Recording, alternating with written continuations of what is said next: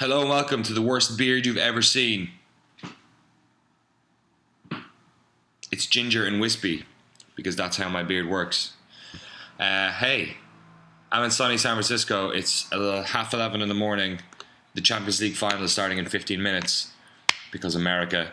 I've got some questions from you folks to answer, and also a couple of bits to talk about, a bit of housekeeping, stuff about GameSpot and Giant Bomb, stuff about UK Podcast, stuff about GameSpot at E3. But first, mostly because I've recorded this already and it fucking broke because YouTube's recorder thing is asshole technology. I'm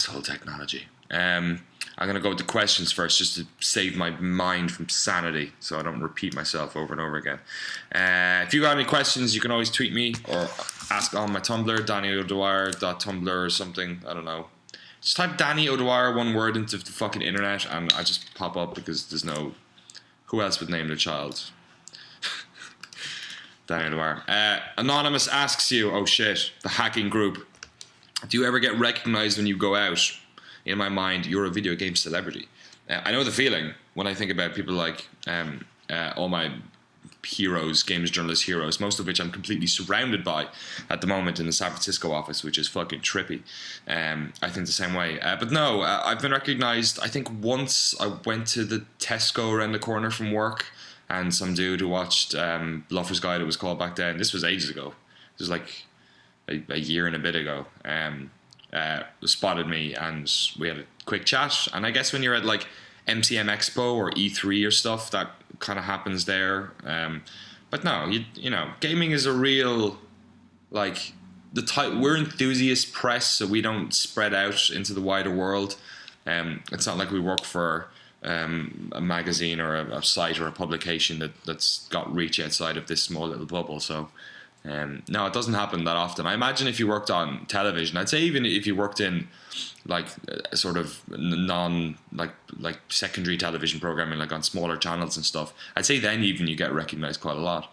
But then no, it doesn't tend to happen. And thank God. Like it's always lovely when like the amount of incredible like video or like comments people leave you on, like it's so humbling all the time when people say nice things on Twitter and in comments on videos and shit, that like when that happens in real life, like I don't know if it's an Irish thing, but like I just shrivel up, like I can't take it. So if that was happening a lot, that would, you know, people mean the best and stuff, but I'm just awful at taking compliments. So which apparently is a thing psychologists say is like part of a lot of creative people's minds, which is why they keep making things. So maybe I live my whole life never being satisfied creatively. Yeah. Anonymous also asks, I'm assuming this is a different person, maybe it's still the hacking group.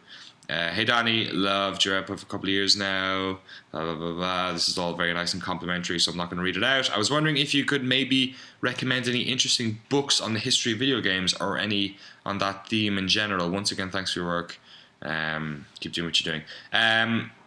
Books, so I'm awful at reading books. I don't read.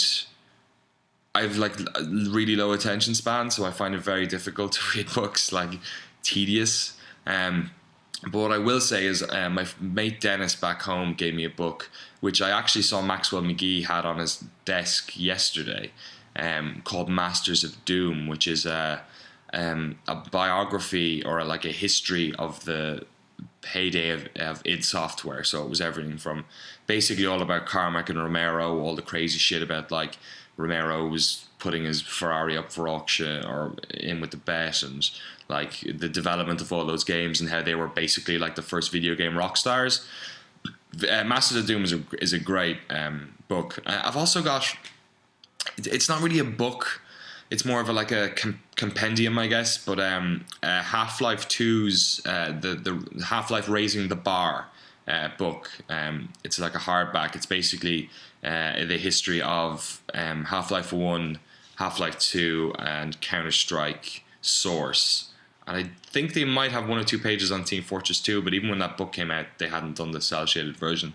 That's great. That's a constant reference point for me on game design and stuff. It's a very picture heavy, but it's section based as well. So like they'll use the pictures in reference to explaining stuff, but it's basically like small little interviews kind of with different people explaining why a level was done this way or why this was done this way, and it's super interesting. It's kind of like it's kind of like the commentary that happens in Half-Life 2 when you go up to the bubbles, kind of like that. Except they're able to pull in art and shit that wasn't actually in the game, and some of the decisions that they made that is not like, I'm a massive Half-Life 2 fanboy, but some of the like directions they were going in, because Half-Life 1 was so like isolated as a story, they literally could have done anything with 2, and they kind of did everything with, like, they went in a completely crazy direction that you couldn't have inferred from Half-Life 1. And some of the directions that they decided to go in initially that they pulled back on are super interesting. So yeah, I'd say Half-Life raising the bar, and Masters of Doom would be two good places to start anyway. Ewan Stewart asks, what would you say is your proudest achievement since working at GameSpot? The pigeon dating sim doesn't count. Sorry, mate. Also, do you even plan to do any more reviews for the site? I know you do more of the site content. Yeah, I'm awful at reading. I know you do more of the site content on the site, though. What? I know you do more of the video content, on the site. Can't read. I might be dyslexic or something. I trust your opinion on games. It'd be cool to see more reviews from you. Thank you very much, Ewan. Much appreciated. Yeah, I've only reviewed 2 games, F1 and Hotline Miami. I did Hotline because nobody picked it up. It had come in, nobody was on the review, and I was like, I'll fucking do it. I'm going to play this game anyway. And I completed it twice in one day, and then wrote the review that night. That was a really easy game to review because it's so much shit to talk about, and it's so interesting. It's mechanically, it's so obvious why it's good.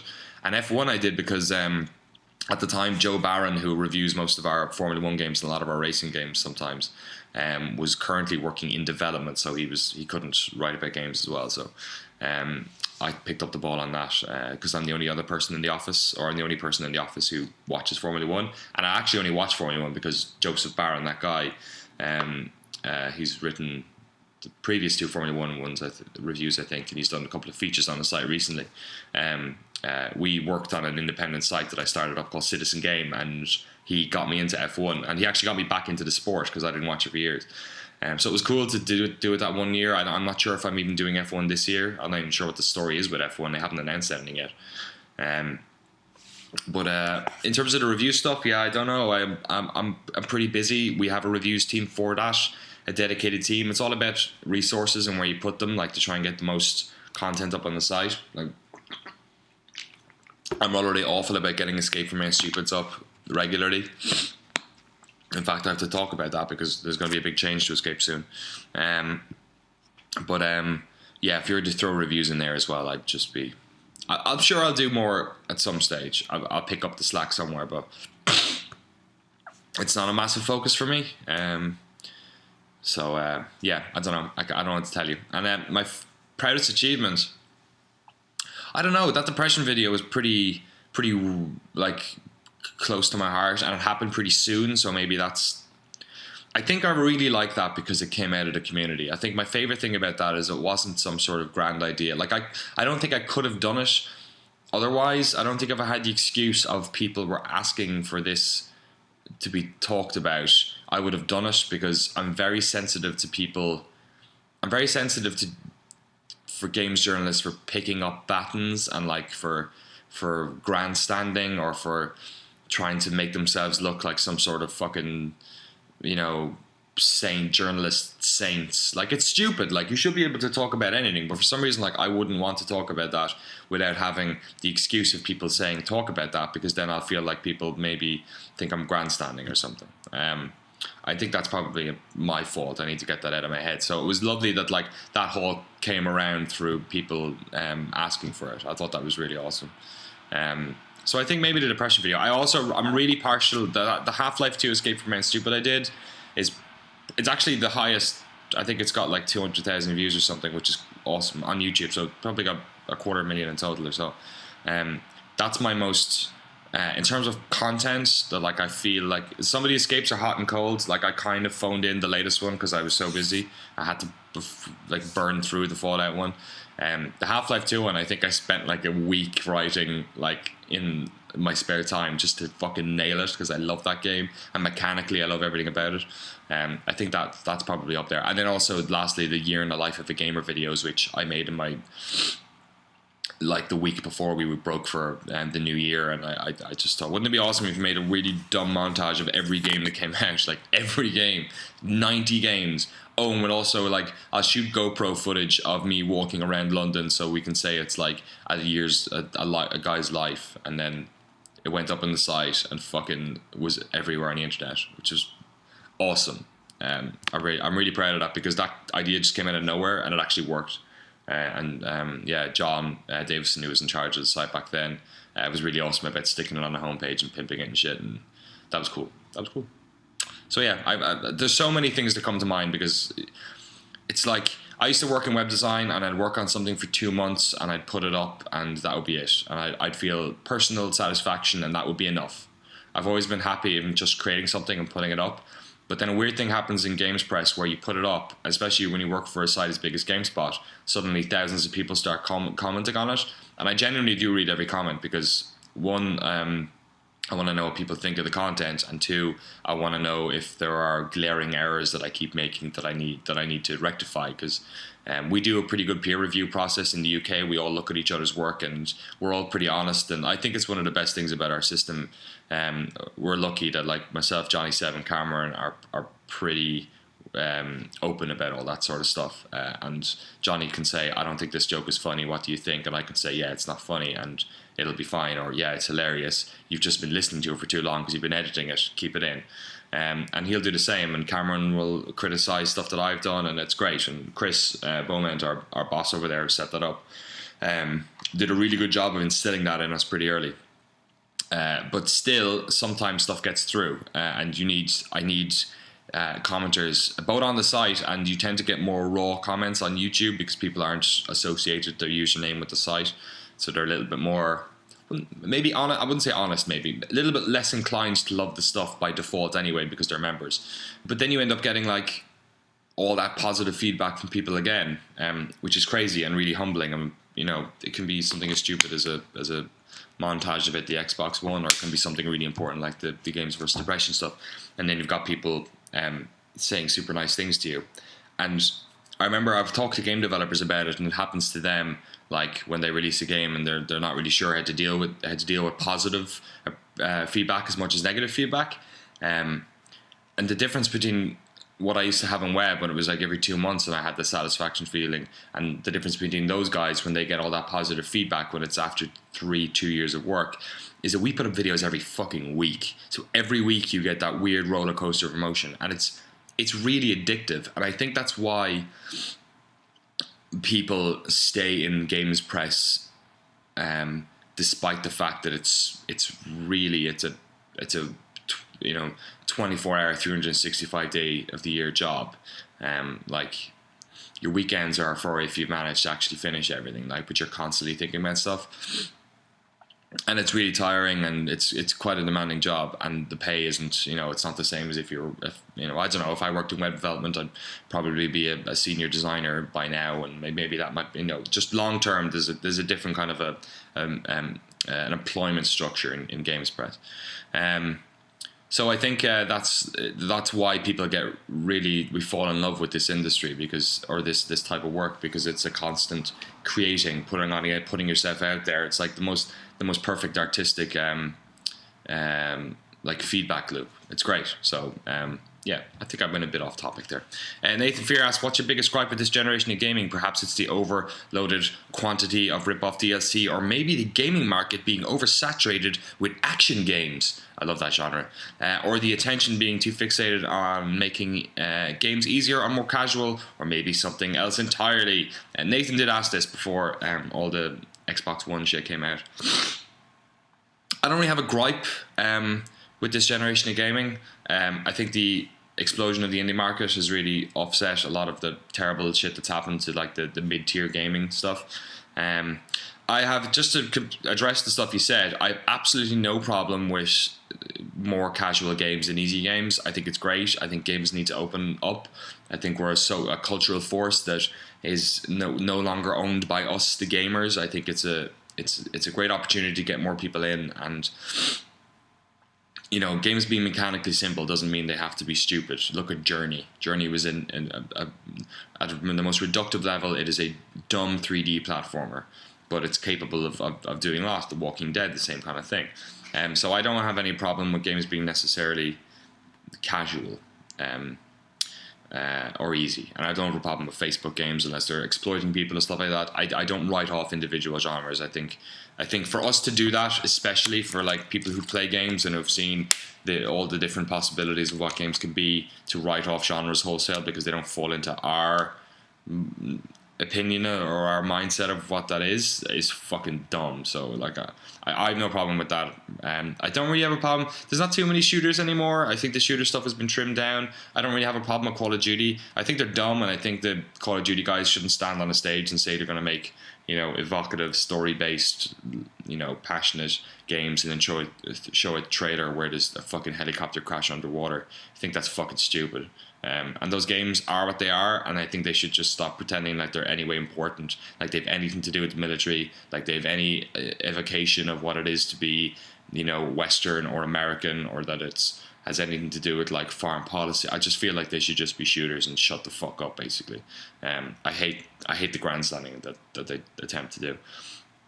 And DLC stuff is like, it's market driven. If people buy it, they buy it. If they don't, they don't. Horse armor, whatever. I don't really care about that stuff. I think the one thing that I foresee, and I'm a bit hesitant to say it because the Xbox One stuff hasn't been fully talked about yet, is that the possibility of. So I don't really think, from what I've worked in the retail, the used games market is like so super important to shops. Like the markup on a new game is, if we talk in terms of euros, so it'd be €50 to buy a video game. The markup for the store would probably be somewhere in the range of €1 to €2 for that game, depending on how much stock was brought in. So every time we would sell a new game, we'd basically get $2 out of it. So the difference with that and then the used stuff was that we'd buy in used stuff from people and we'd sell it at, on average, probably between 40 and 50% markup. So half of the profit of that sale is going straight back into the store. The other way that it benefits us would be in terms of just stock loading. So people would often bring in 3 or 4 games to purchase one new game. So then they get higher value for the trade-in because we want the stock.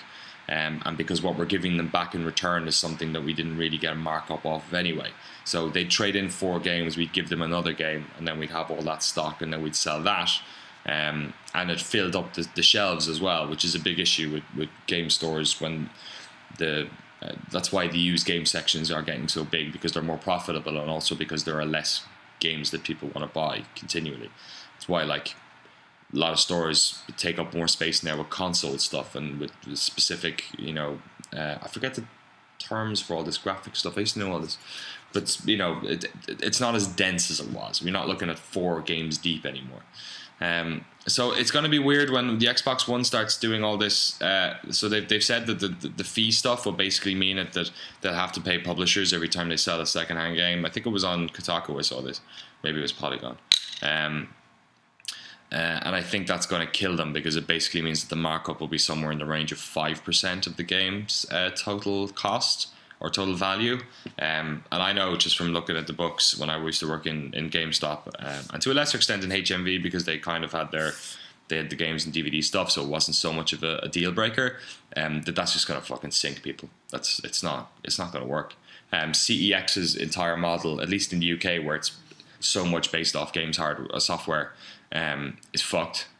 I really think that's going to be interesting. And the problem that I have is I don't really have a problem with stuff going digital. I think it's inevitable. It's going to happen in 50 years. Let's just fucking get it over and done with.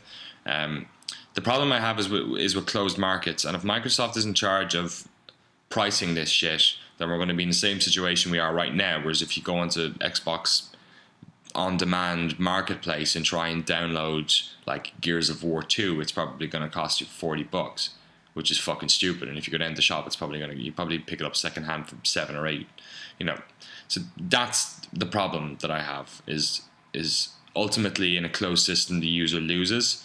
So as long as the system they have for secondhand allows for outside trading, allows for people to sell to peers or to transfer stuff to their friends, as long as it's outside of the loop of Microsoft, they don't have full control. I think that market will be okay, and it'll be like Steam when you're trading items and games and stuff.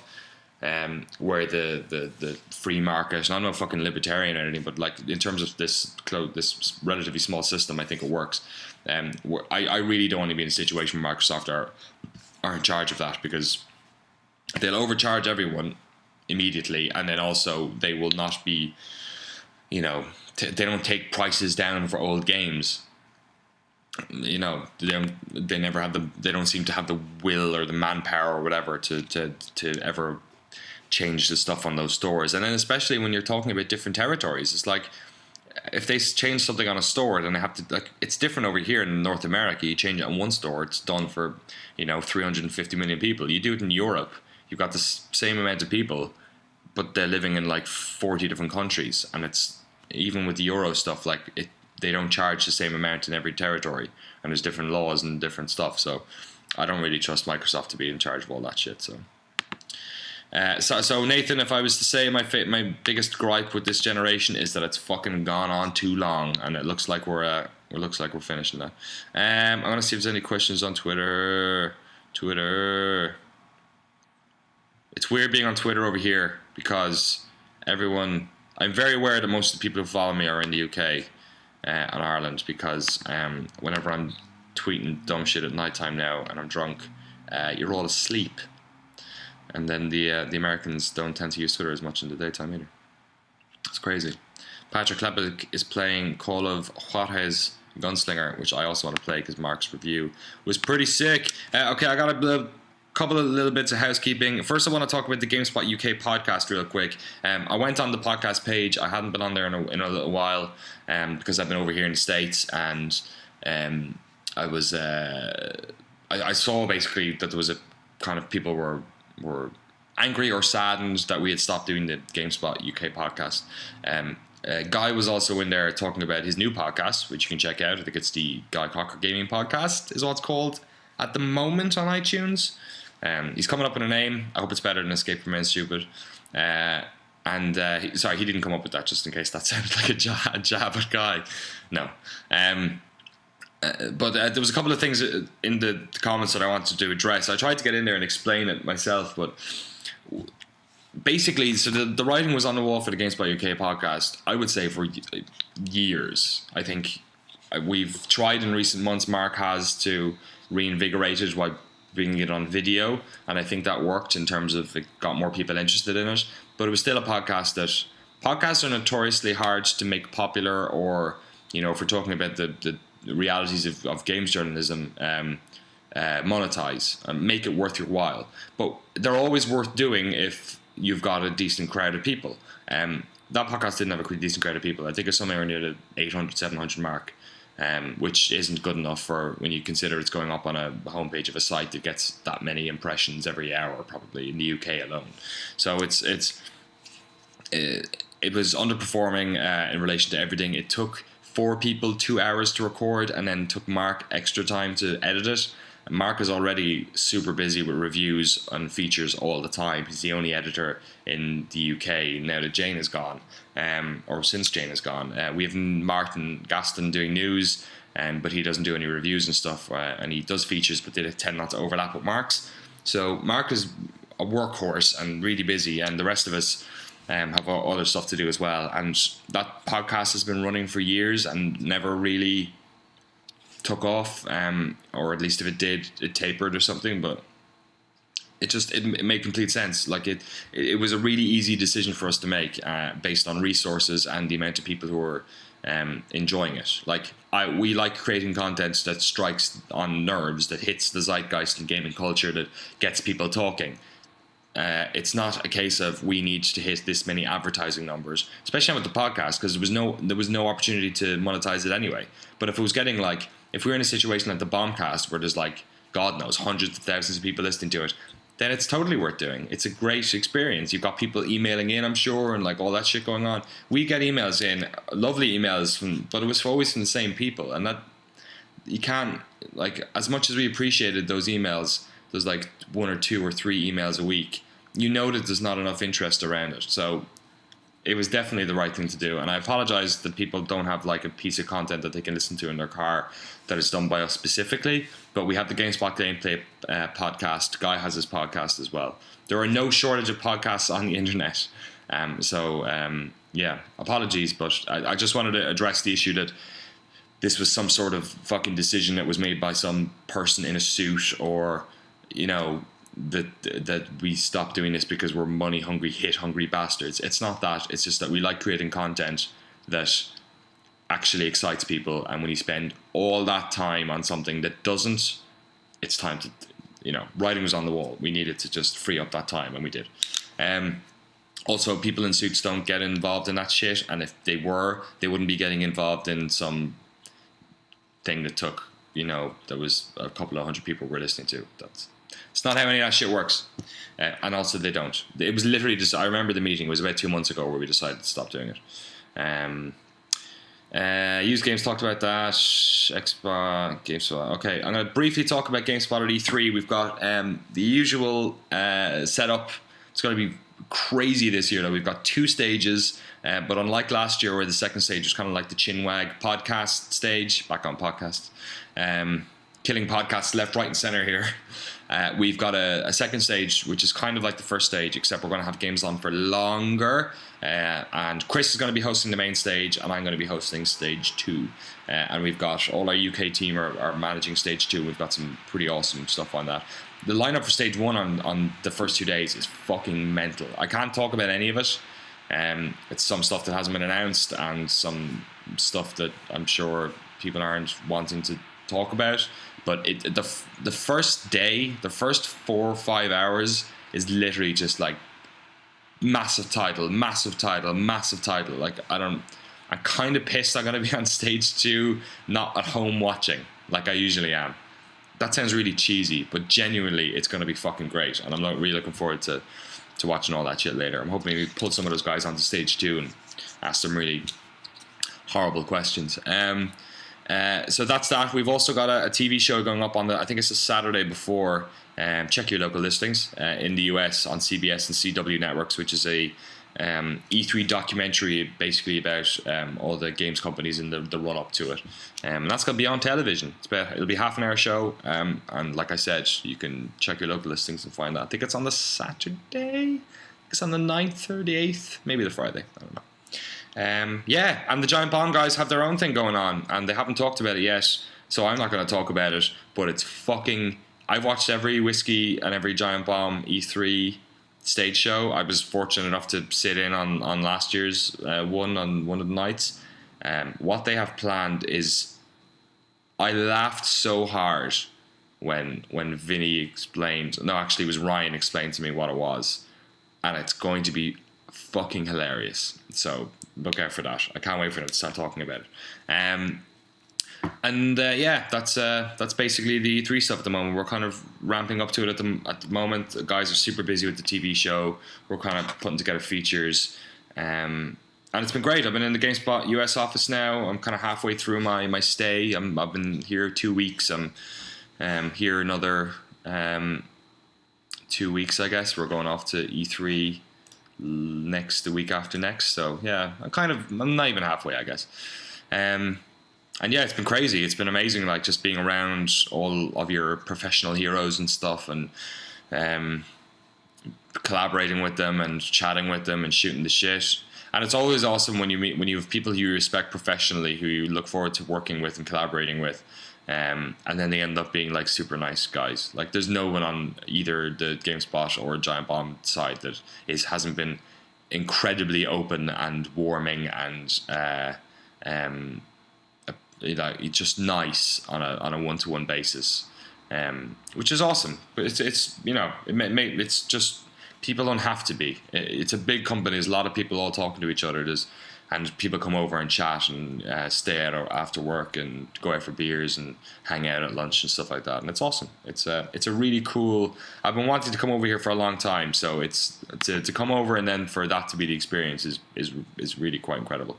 And then being on the GameSpot Gameplay podcast, back to podcasts, and then also sitting in on the Giant Bomb Bioforge stuff is a dream. Like it's content that I've watched all for years, and then to be able to sit in and be involved in it is really something class. It's really cool. So looking forward to doing more of that. We've got Bioforge Part 3 next week. I might be on the GameSpot Gameplay podcast as well next week. I'm not sure. I think Kevin rotates it quite a bit, so 2 weeks in a row I'm pretty happy with. So I think that's pretty much it. I'm not really going to talk about the Xbox One PS4 stuff. I think I've talked a bit about that on Tumblr and shit. If you have any questions, you can ask there at DannyDwyer.tumblr.com or at Danny Dwyer on Twitter, or fucking just type Danny Dwyer into fucking whatever, Google Plus, fucking YouTube, fucking Yelp, fucking, I don't know, Fitocracy, whatever the hell you want. It'll be there. You just type in and ask me questions, and I'll shoot them up on this thing. Oh, Escape. Let me talk about Escape real quick before I go. We're going through we're doing a great kind of a clean slating at the moment in GameSpot, so we can sort out our original programming and try and have stuff on a week by week basis, because at the moment it's so fucking scattershot. And I think Escape is the biggest, one of the biggest offenders in that respect. So for the moment, Escape is being put on hold. I don't want to say commit to this, but I've had a number of issues with Escape in that it takes me quite a long time to make those episodes. They're kind of a bit too long, and the frequency isn't. I'm not planning ahead properly on them. So what I'm thinking of doing is making them less frequent.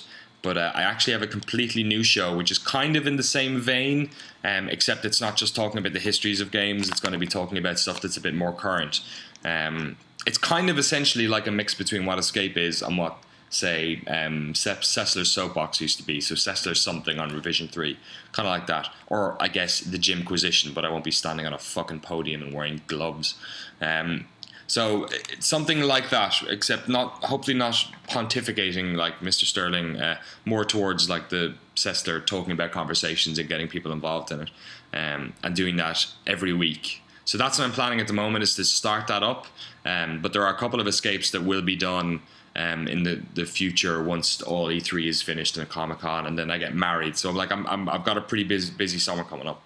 But I have a feeling the GTA one, which is going to have quite high production values, I have a feeling that might be one of the, I won't say the final escapes. I feel like I kind of want to stop doing it. I feel like I want to pour all my energy into a new thing, and that any of the stuff that I did in Escape I can do under a new title anyway. Like there's nothing to stop me looking at the history of the game one week on this new show if there's nothing else going on. So that's kind of how I feel about it at the moment. So but there's a lot of shit going on at the moment with E3 and with Comic-Con and everything else, so I'm not entirely sure about it, but I've always been a fan of never having golden calves. I like the idea of I think cutting shows is liberating. So I like the idea of like cutting a show and then getting more time to make something even better, which is what we've done before. Like community service, we put that into random encounter. Random encounter is way funnier, way more fun to do, and loads more people watch it, and it's every day. So like stuff like that. Like I like challenging. I don't like getting comfortable. I like challenging myself. So I have a feeling that's what we're going to do with Escape. But let me think about it. And if you have any thoughts, please send them on. Next week, I'm going to be doing random encounters out of the US office. Going to get some US people on. Get Carlin on. Get Sean on. Might get Giancarlo on. He's got a 3DO version of FIFA I want to play. But yeah, that'll be next week. That'll be fun. It's Memorial Day here in the States. It's a bank holiday in the UK, I know. I don't think it is in Ireland. I don't know.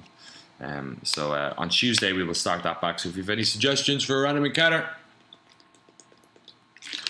please send them on. All right, I'm going to bounce. It's 12 o'clock. I've missed the first 20 minutes of the Champions League final. What is the score? Live score. What's the score? Livescore.com. What's the score in the Champions League final? It's 0-0. No bookings. Yes! It's weird watching Champions League football at noon, but it's even weirder watching UFC at 3 a.m. in Ireland, or in the UK. So I like the idea that I get to watch UFC in the fucking daytime here. Also, the Indy 500 was on this morning. I missed it. And Monaco's Grand Prix. Sports! Alright, I'm out. Thanks very much for watching this stupid video. I'm going to go have a shower and watch sports. Peace!